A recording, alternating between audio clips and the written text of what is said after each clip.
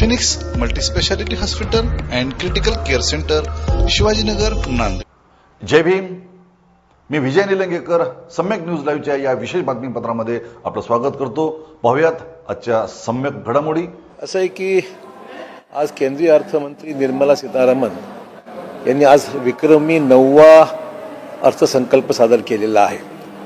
माननीय आपल्या देशाचे लाडके पंतप्रधान श्री नरेंद्रजी मोदी यांच्या संकल्पनेतील विकसित भारताचे स्वप्न साकार करण्याच्या दृष्टीने पडलेले ठोस पाऊल असंच म्हणावं लागेल या अर्थसंकल्पातून. आणि त्यामुळे अर्थसंकल्पाचं आम्ही स्वागत करतो.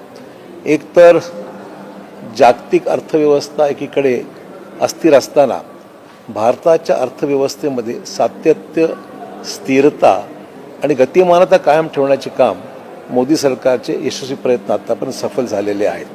आणि याच अर्थसंकल्पातून कुठलीही दुविधा मनस्थिती न ठेवता ठोस कृतीवर अर्थमंत्र्यांनी जोर दिल्याचं आपल्याला पाहायला मिळत आहे.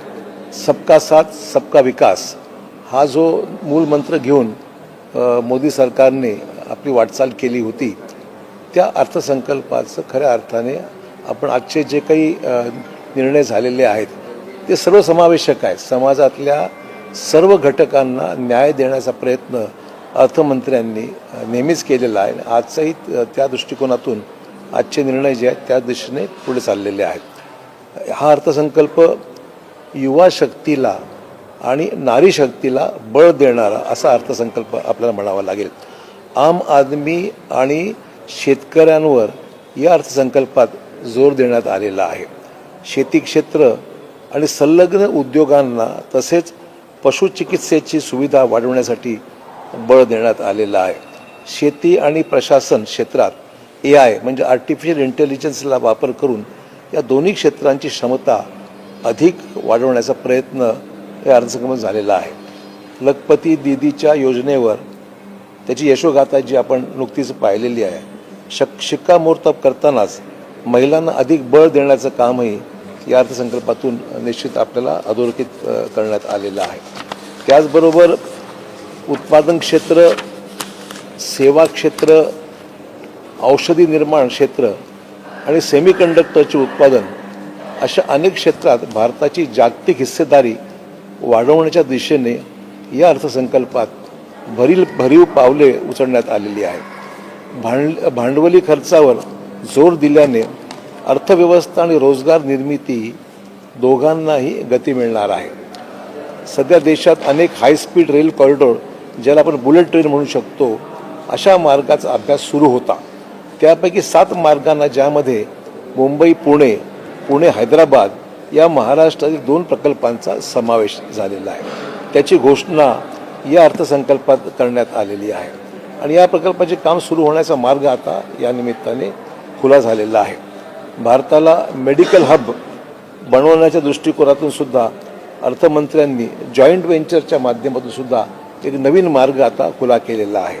आणि त्याचबरोबर कॅन्सर आणि शुगर, डायबिटीज ज्याला म्हणू, यासारख्या आजारावरील सुद्धा औषधं आता आगामी काळामध्ये स्वस्त होणार आहेत. सामान्य रुग्णालयसुद्धा अधिक आपण त्याला उन्नत करून अधिक एमर्जन्सी वॉर्ड बनवण्याचा निर्णयसुद्धा केंद्र सरकारने या ठिकाणी घेतलेला आहे. आपण पाहाल या बजेटमध्ये एक तर युवा शक्तीला खूप मोठी प्रमाणात ताकद देण्यात आलेली आहे. त्याचबरोबर आपण पाहाल की फार्मास्युटिकल सेक्टरला सुद्धा खूप मोठ्या प्रमाणावर ताकद देण्यात आलेली आहे. ॲडव्हान्स कन्स्ट्रक्शन इक्विपमेंट म्हणजे पायाभूत सुविधा इन्फ्रास्ट्रक्चर निर्माण करत असताना त्याला वापरण्यात येणारं जे आपलं इक्विपमेंट आहे ते सुद्धा अत्याधुनिक आणि मॉडर्न इक्विपमेंट देण्याचा प्रयत्न या ठिकाणी केलेला आहे. महात्मा गांधीजींच्या तत्वावर खादीला जास्ती आपल्याला प्रोत्साहन देण्या दृष्टिकोनातून याच्यामध्ये महात्मा गांधी स्वराज योजना ही सुद्धा आणण्यात आलेली आहे. आणि हाय क्वालिटी स्पोर्ट्स गुड्स जे आहेत त्याला सुद्धा प्रोत्साहन देण्याच्या दृष्टिकोनातून पावलं टाकण्यात आलेली आहेत. SMEच्या ग्रोथवर सुद्धा आपण पाहाल की निश्चित पावलं टाकण्यात आलेली आहे. त्यामुळे त्याचबरोबर फ्रेट कॉरिडॉर्स आणि वॉटरवेजसुद्धा म्हणजे 20 नवीन ठिकाणी वॉटरवेज सुरू करण्याच्या दृष्टिकोनात निर्णय घेतलेला आहे. आणि आपण पाहाल की टायर 2 आणि टायर 3 सिटीज ज्या आहेत, म्हणजे आता नुकतेच महाराष्ट्रातील नगरपालिका महापालिकेच्या निवडणुका पार पडलेल्या आहेत. या पार्श्वभूमीवर त्यांच्या अपेक्षा खूप वाढलेल्या, लहान शहराची जी काही पायाभूत सुविधा निर्माण करणं अपेक्षित होतं, त्याही शहरांना शक्ती देण्याचं काम या अर्थसंकल्पात करण्यात आलेलं आहे. म्युन्सिपल बॉन्ड्स हा नवीन या ठिकाणी एक नवीन मार्ग खोलण्यात आलेला आहे आणि याचा फायदा जे मध्यम आणि छोटे जे शहरं आहेत त्यांना निश्चित होणार आहे.